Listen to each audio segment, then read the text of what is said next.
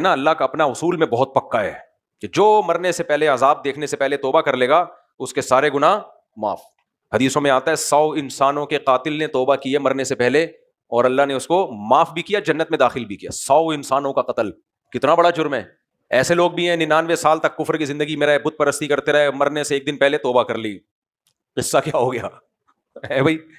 حضرت ابو ہریرہ رضی اللہ عنہ کہتے ہیں ایک شخص آیا, دشمن کی صف تھے, مشرک تھا, وہ کافر تھا, لڑائی کے لیے سامنے کھڑا ہوا تھا. نبی کے پاس آیا کہ اگر میں اسلام لے کے آتا ہوں, میں پہلے اسلام لے کے آؤں یا پہلے لڑائی لڑوں آپ کے ساتھ مل کے؟ آپ نے فرمایا کہ اسلام قبول کرو. اس نے اسلام قبول کیا.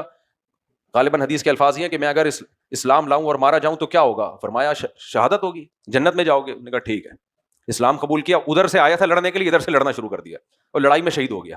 تو آپ صلی اللہ علیہ وسلم نے فرمایا عامل قلیلا واجر کثیرا, عمل بہت تھوڑا کیا, کما بہت زیادہ لی.